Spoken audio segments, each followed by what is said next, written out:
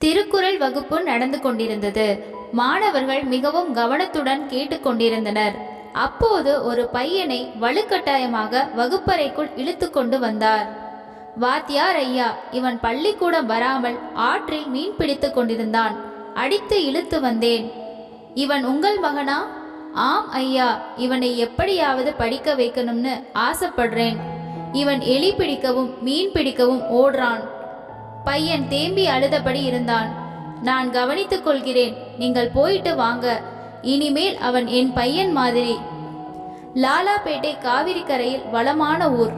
வாழையும் தென்னையும் அங்கு கண்கொள்ளா காட்சி. ஆற்றுப்படுக்கையை தாண்டினால் ஊர்.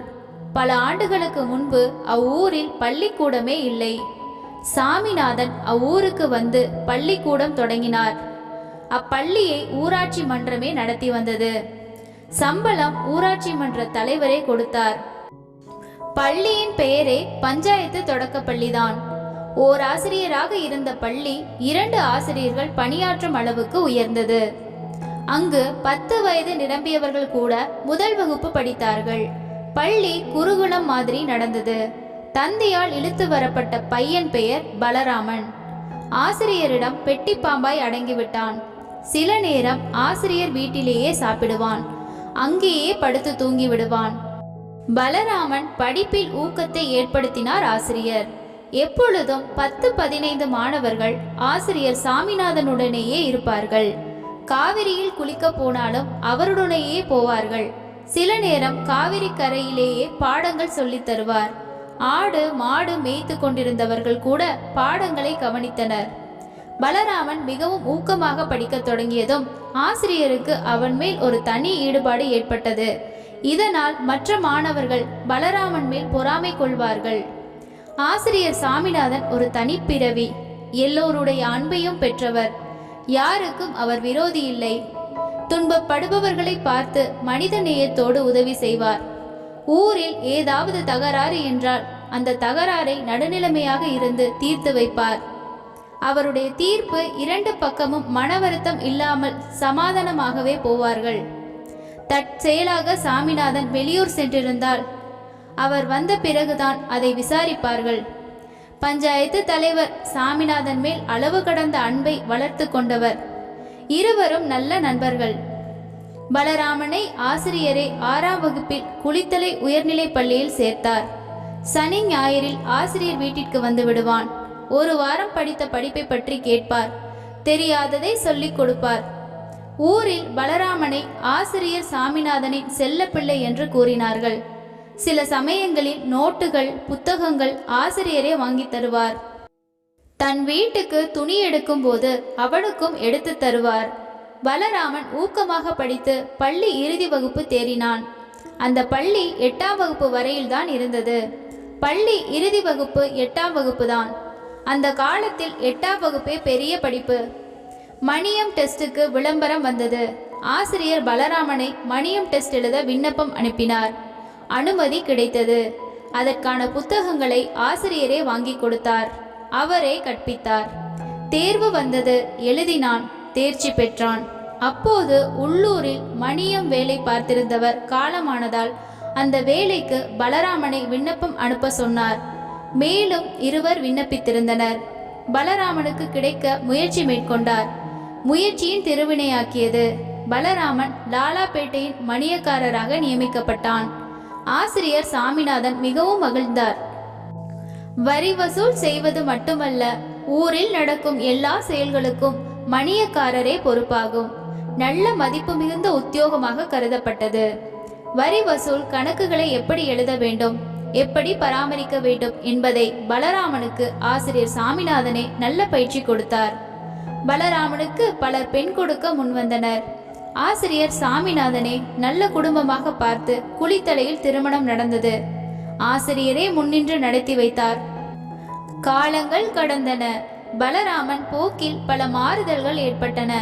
சம்பாதிக்க வேண்டும், பெரிய பணக்காரனாக வேண்டும் என்று வெறி ஏற்பட்டது. அவனுக்கு 2 ஆண்களும் 2 பெண்களும் அடுத்தடுத்து பிறந்தன. ஒன்றிய அலுவலகத்தில் கான்ட்ராக்டராக பதிவு செய்து கொண்டான்.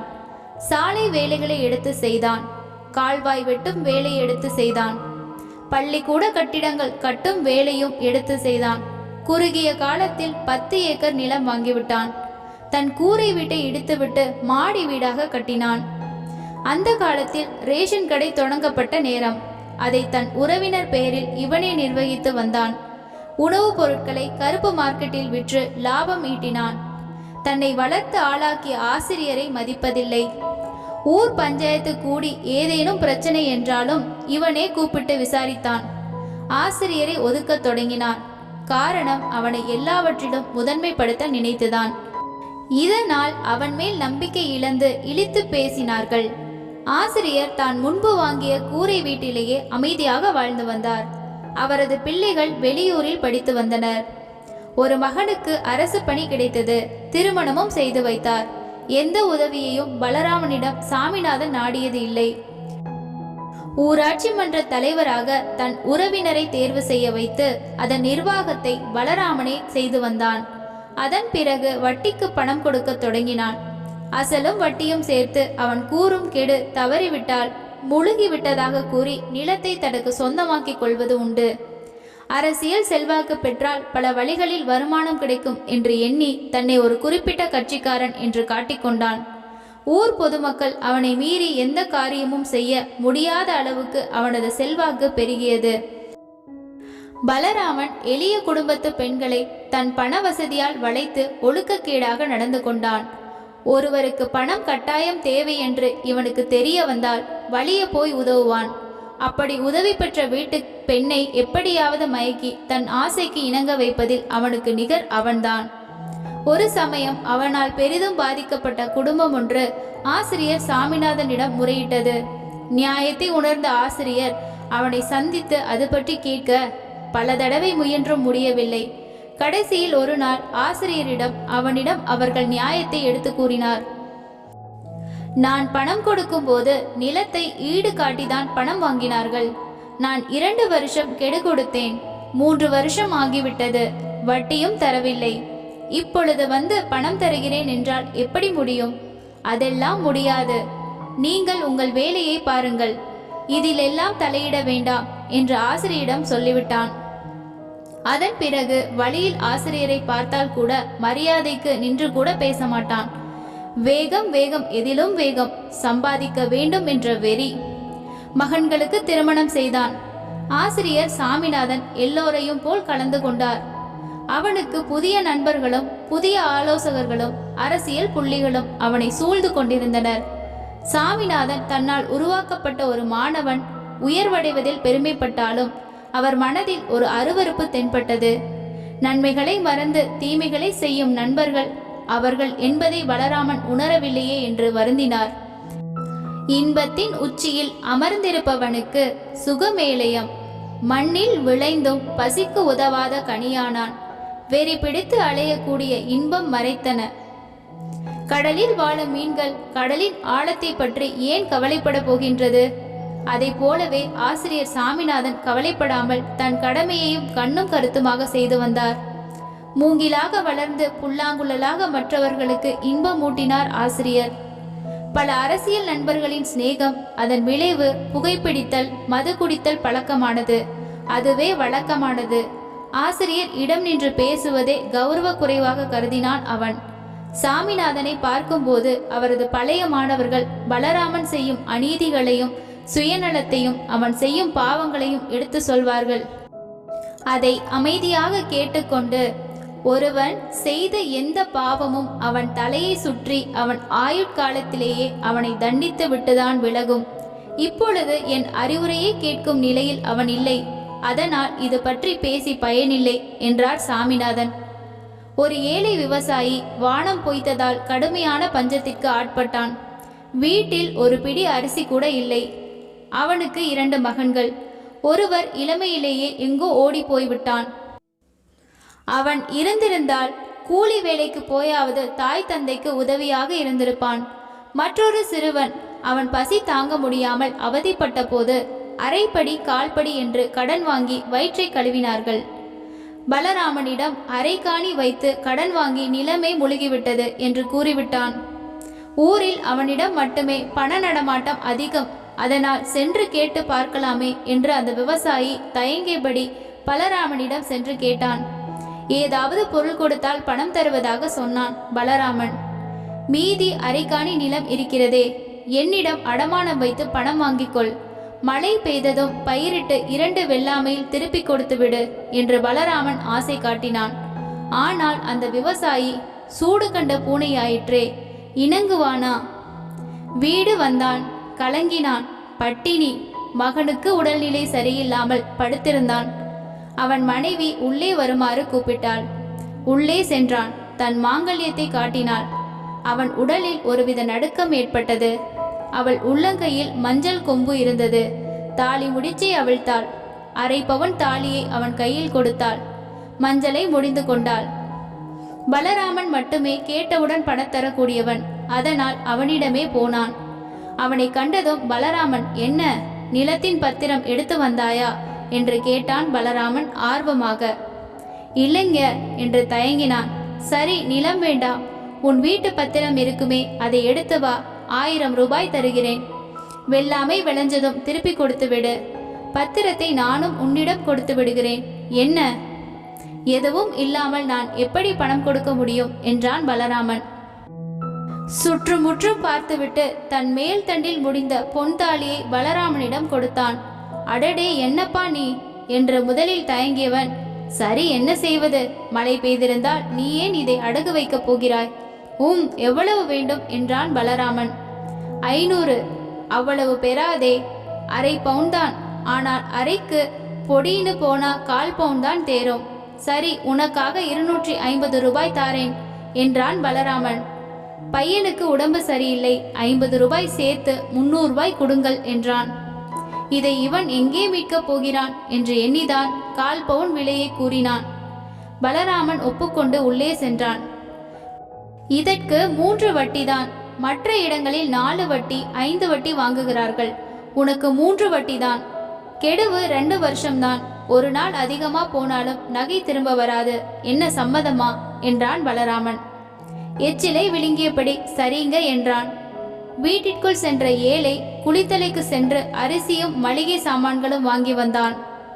பையனுக்கு மாத்திரை வாங்கி வந்து கொடுத்தான். அவர்கள் வீட்டில் மீண்டும் அடுப்பு எரிந்தது. வயிறு நிறைந்தது. மூத்த மகன் இருந்திருந்தால் உதவியாக இருந்திருப்பானே என்று கலங்கினார்கள். 6 மாதத்திற்கு பின் மழை பெய்யாததினால் வீட்டை பூட்டிக் கொண்டு நகரத்தின் பக்கம் கூலி வேலை செய்ய அந்த குடும்பம் திருச்சி பொன்மலை பக்கம் போனார்கள். எங்கேயோ வேலை செய்து சிக்கனம் பிடித்து 700 ரூபாய் சேமித்து கொண்டு லாலாப்பேட்டைக்கு வந்தனர். தாலி ஈடு வைத்த தேதி வீட்டில் குறித்து வைத்திருந்தான். அதையும் எடுத்துக்கொண்டு பலராமனிடம் சென்றான். அடடே, வாப்பா, எங்கேயோ பஞ்சம் பிழைக்க போனதாக கேள்விப்பட்டேன். எப்ப வந்தே என்றான் பலராமன். நேத்துதான் வந்தேன் ஐயா. ஐயா, அதை மீட்டு கொண்டு போகலாம்னு என்றான் ஏழை. அதுவா? என்னப்பா, 3 வருஷம் முடிஞ்சு போச்சே. நான் என்ன சொன்னேன்? கெடுவு 2 வருஷம் என்று தானே சொன்னேன். 3 வருஷம் நாளையோட முடிய போகிறது என்றான் பலராமன். ஐயா, 3 வருஷ வட்டி 324 ரூபாயும் அசல் 300 ரூபாயும் சேர்த்து 624 ரூபாய் எடுத்து வந்திருக்கிறேன். நான் சொல்றதே உனக்கு புரியலையா? 2 வருஷம்தான் கெடுவு. 3 வருஷம் ஆயிடுச்சு.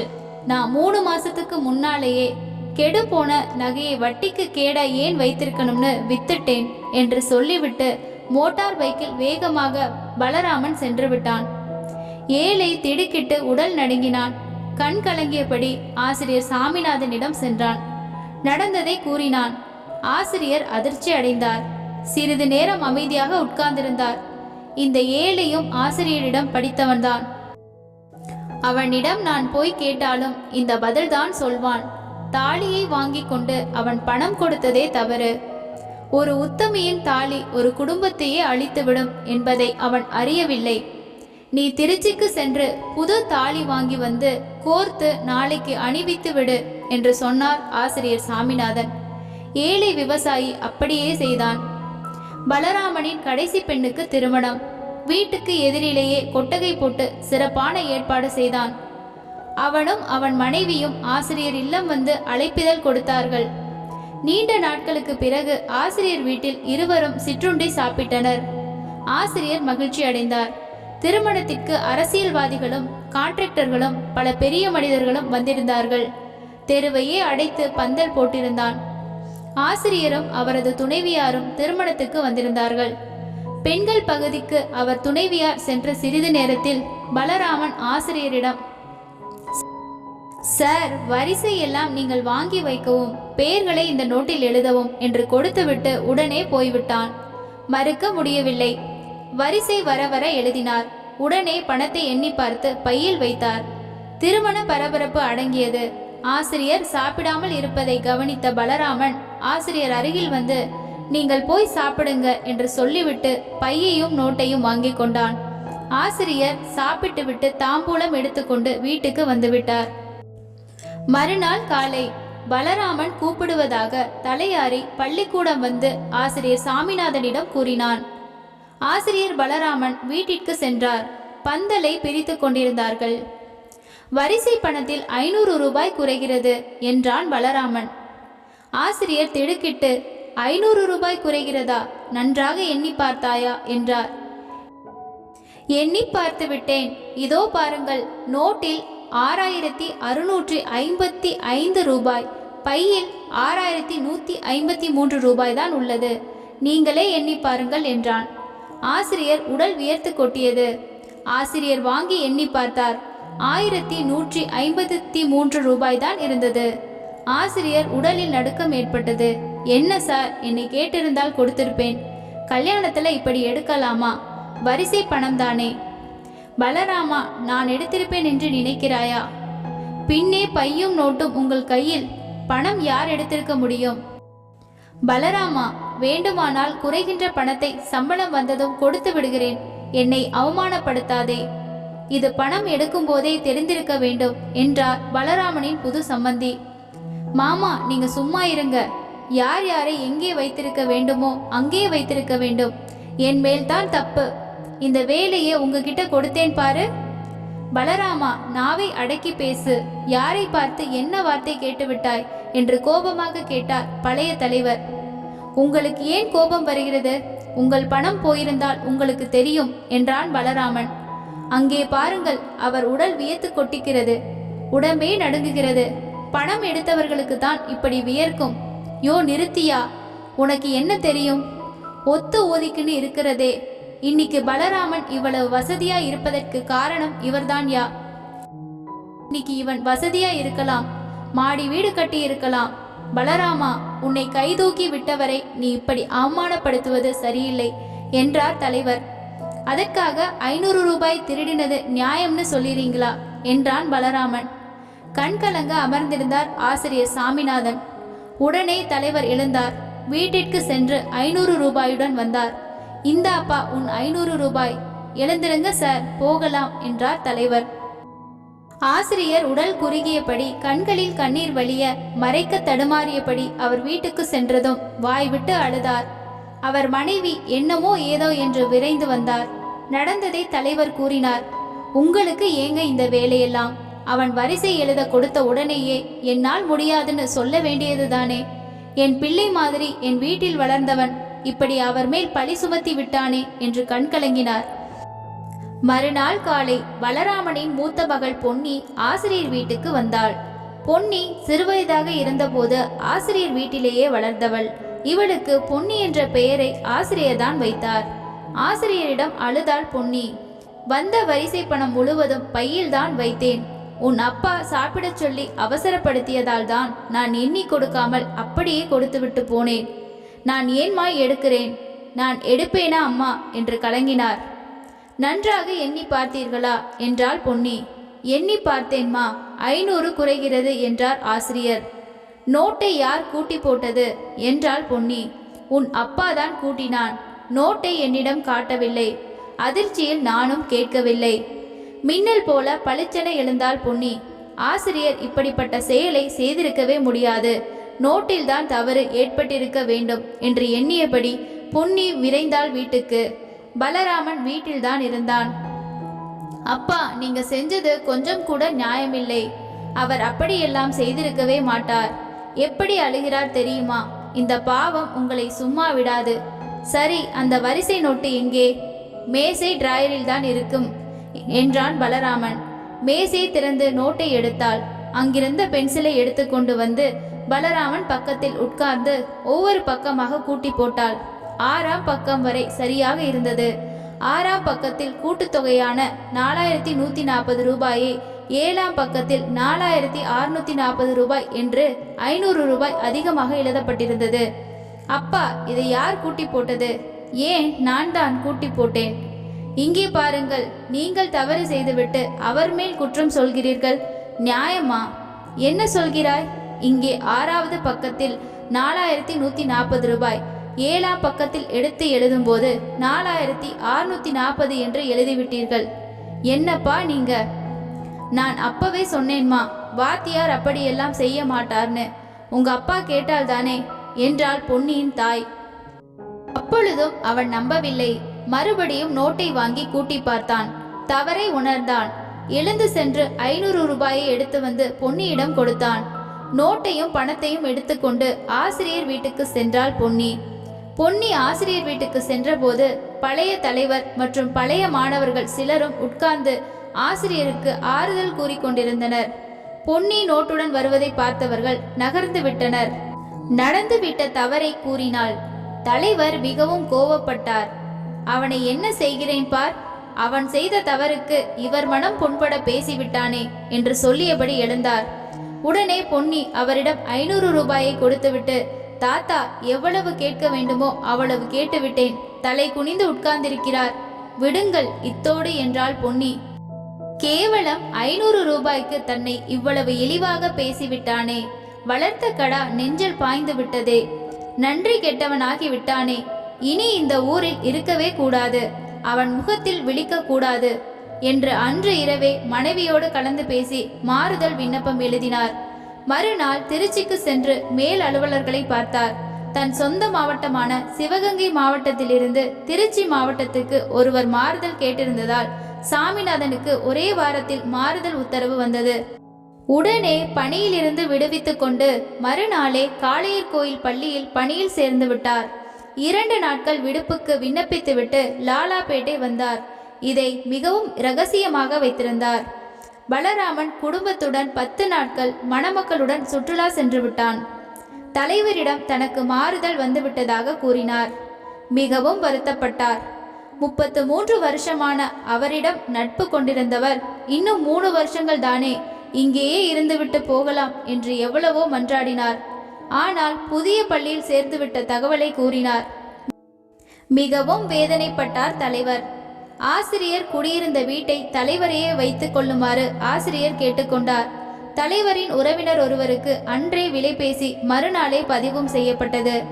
ஆசிரியர் செய்த ஏற்பாட்டின்படி லாரி வந்தது. இதற்குள் காட்டுத்தீ போல் செய்தி பரவியது. ஆசிரியரின் பழைய மாணவர்கள் கண்கலங்கியபடி சாமான்களை லாரியில் ஏற்றினார்கள். ஆசிரியர் வீட்டு முன் பொதுமக்கள் திரளாக திரண்டிருந்தார்கள். ஒருவர் செய்த தவறுக்காக எங்களையெல்லாம் விட்டு போகலாமா என்று வாய்விட்டு அழுதனர். 33 ஆண்டுகளாக தாயா பிள்ளையா பழகி மக்களை விட்டு போக மனமின்றி ஆசிரியரும் ஆசிரியர் மனைவியும் கண்ணீர் மல்க கைகூப்பி விடை பெற்றனர். ஆசிரியர் ஊரை விட்டு போய் 2 நாட்கள் கழித்து பலராமன் குடும்பத்துடன் ஊருக்கு வந்து சேர்ந்தான். ஆசிரியர் வீட்டை விற்றுவிட்டு சொந்த மாவட்டத்துக்கே மாறுதல் பெற்று சென்றுவிட்ட செய்தி அறிந்து இடிந்து போனான். மிகவும் வேதனைப்பட்டான். மனதுக்குள் அழுதான். ஆனால் வெளியில் காட்டிக்கொள்ளவில்லை. அவனது வரட்டு கௌரவம் குறுக்கே நின்றது. மாதங்கள் கடந்தன. ஆசிரியர் சென்ற 6ஆம் மாதமே பலராமன் கட்டிய மேல்நிலை நீர்த்தேக்கம் ஒன்று இடிந்து விழுந்து 4 பேர் இறந்துவிட்டனர். மட்டமான சிமெண்டால் கட்டப்பெற்றதால் இடிந்து விழுந்ததாக பொறியாளர்கள் கூறவே மீண்டும் அதை பலராமனே கட்டித்தர வேண்டிய நிலை ஏற்பட்டது. அத்துடன் இறந்து போன 4 பேர்களுக்கு தலா 10,000 ரூபாய் ஈட்டுத்தொகை கொடுக்க வேண்டும் என்று மாவட்ட ஆட்சியர் தலைவர் ஆணையிட்டதால் பலராமன் தன் நிலங்களில் பாதியை விற்க வேண்டிய நிலை ஏற்பட்டது. யாருடைய தாலியை வாங்கி கொண்டு கொடுக்க மறுத்தானோ அந்த ஏழை விவசாயியின் மகன் இளமையிலேயே வெளிநாடு சென்று விட்டவன் செல்வச் செழிப்போடு வந்திருந்தான். அந்த ஏழை விவசாயிடமே 5 ஏக்கர் நிலத்தை விற்க வேண்டிய நிலை பலராமனுக்கு ஏற்பட்டது. அன்றே ஆசிரியர் சொன்னது நடந்துவிட்டது. தாலியை அபகரித்தவன் குடும்பம் அழியும் என்றார். அந்த நெருக்கடியான சமயத்தில் நிலத்தை வாங்கக்கூடிய நிலையில் முன்பு தாலியை அடகு வைத்தவர் இருந்ததால் நிலத்தை அவரிடமே விற்க வேண்டிய நிலை ஏற்பட்டது. காலங்கள் மாதங்களாக கடந்தன. பலராமனின் ஒரு மகன் தவிர மற்றொருவர் சொத்தை பிரித்து கொடுக்க கோரி நீதிமன்றம் போவதாக குழப்பம் செய்ததால் சொத்தை பிரிக்க வேண்டியதாயிற்று. அவன் குடித்தே சொத்துக்களை அளித்தான். மேல்நிலை தொட்டி இடிந்து விழுந்ததால் கான்ட்ராக்டர் பணியை பலராமனுக்கு கொடுக்க அரசு மறுத்துவிட்டது. குடும்பத்தில் ஏற்பட்ட தகராறில் இளைய மகள் தீக்குளித்து மாண்டு போனாள். மனநோயால் மிகவும் பீடிக்கப்பட்டான். கண்ணில் கண்ட பெண்களை எல்லாம் படுக்கை அறைக்கு அழைத்த அதிபர் சுகர்ணா போல தான் நடந்து கொண்டதும், பலவீனமாக மனித உடம்பு வெற்றிகளாலேயே திமிரடைந்தும், உணர்ச்சிகள் கட்டுக்கடங்காமல் தவளைகள் குதிப்பதைப் போல் குதித்ததும் நினைவில் நிழலாடி கண் கலங்கினான். மற்றொரு மகளான பொன்னியும் கணவரோடு ஏற்பட்ட தகராறில் தற்கொலை செய்து கொண்டதும் அவனை மிகவும் பாதித்தது. உடல் நலன் கெட்டு மருத்துவ நிலையத்தில் நீண்ட நாள் இருக்க வேண்டிய நிலையும் ஏற்பட்டது. காலங்கள் சென்றன. ஆசிரியரை காண வேண்டும், அவரிடம் தன் தவறுக்கு மன்னிப்பு கேட்க வேண்டும் என்று அவன் எண்ணிக்கொண்டிருந்த போது ஆசிரியர் தன் சொந்த ஊரில் காலமான செய்தி தலைவருக்கு வந்தது. தனி பேருந்து வைத்துக்கொண்டு பொதுமக்கள் தங்கள் ஆசிரியருக்கு இறுதி அஞ்சலி செலுத்த விரைந்தனர். மற்றும் பலர் பேருந்தில் வந்த வண்ணம் இருந்தனர்.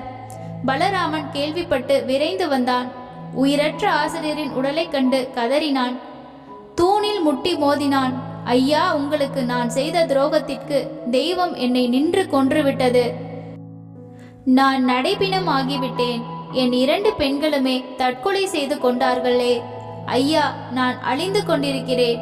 ஐயா, கண் திறந்து பாருங்கள், என்னை மன்னிக்க மாட்டீர்களா என்று கதறினான் பலராமன். கடைசி வரை அவன் முகத்தில் விழிக்காமலேயே ஆசிரியர் சாமிநாதன் கண்ணை மூடினார். அவனை தெய்வம் நின்று கொன்றது.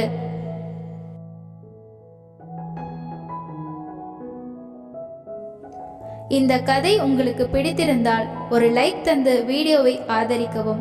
இந்த கதையை பற்றிய உங்களது கருத்துக்களை கமெண்ட் செக்ஷனில் பதிவிடவும். நன்றி.